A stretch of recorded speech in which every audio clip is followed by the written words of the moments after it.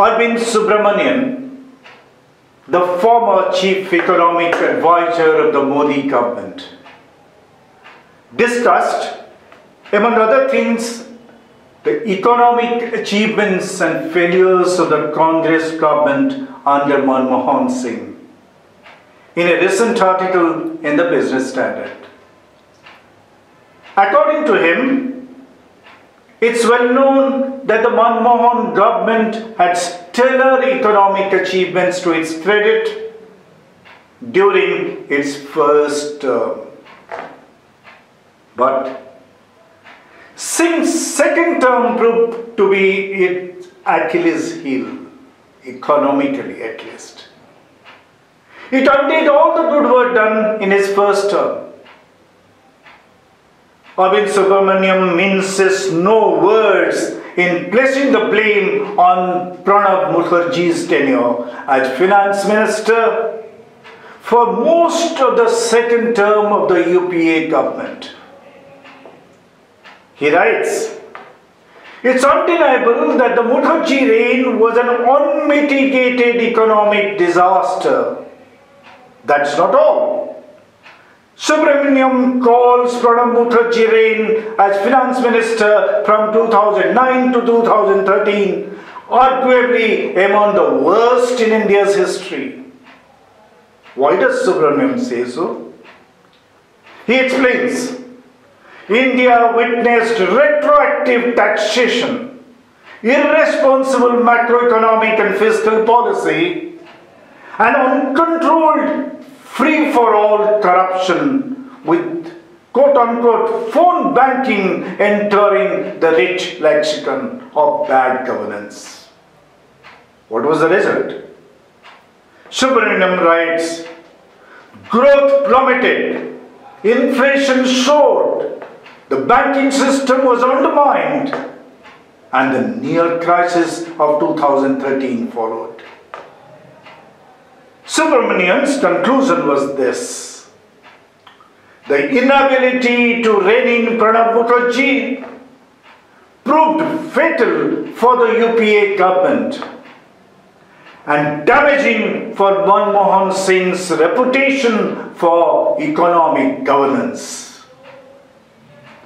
Think of it, a Congress finance minister with such a dubious track record was bestowed the Bharat Ratna title by a BJP government. The question arises, why did the super clever Modi government do this? After all, it doesn't do anything without a partisan electoral agenda. If Pranab Mukherjee had such a dubious track record as the finance minister of the Congress-led government, why did a BJP-led government choose to confer the highest honor of the land upon him? Subramanian asks the same question. He asks, if nearly half of the Manmohan Singh's economic rule was so bad, why award its chief architect? Subramanian hazards two guesses. One, the award was to recognize a fellow, closet ideological traveler. After all, he was a closet ideological traveler. He changed his team. He showed his colors after he became the president. Started attending RSS deliberations to kowtowing to all communal propositions of the Modi government. Look at his mask in the Congress. But Subramanian's second case about Modi choosing Mukherjee for the Bharat Ratna honor is this: it could be a way for Modi to express gratitude to Pranab Mukherjee for creating the economic chaos that contributed to the blighting of the Manmohan government's record and the rise of the Modi phenomenon. There could not have been any bigger indictment of Pranab Mukherjee than this. Arvind Subramanian is perhaps the first commentator to draw attention to the steady record of this former finance minister, whom he disparagingly calls the ghost not in the room. In fact, Subramanian takes cognizance of the silence of the UPA's intellectual supporters and economists about their silence in the dark Pranab era even today. So Pranab Mukherjee, with his dubious agenda, was one part of the story why Manmohan government's economic performance suffered. The other reason is much more sinister, that shows Modi government's degenerate character. Subramanian highlights this. Some of the point scoring by the Modi government, especially on economic growth, rests on the data the Modi government itself produced. Remember, Modi government revised downwards the growth estimates for the period 2004-05 to 2011-12. Which has allowed the Modi record to appear better than that of Manmohan Singh.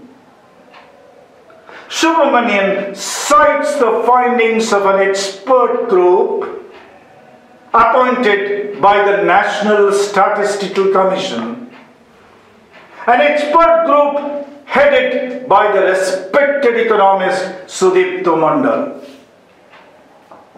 What did the group find? It estimated that the annual average growth in that 8-year period was 8.6%. But the official data produced by the Modi government as part of backcasting exercise estimated that the average growth was 7.0%, which is a difference of 1.6 percentage points annually. As a consequence, private consumption growth, which was estimated by the experts to average 8.5% in that period, 2004-05 to 11-12, was revised down to 6.1% by Modi government, a difference of 2.4 percentage points annually. With such large data revisions, writes Subramanian, it becomes easier to make the Modi government record look much better than that of Manmohan Singh. Arvind Subramanian must be complimented for showing the mirror to the Modi government.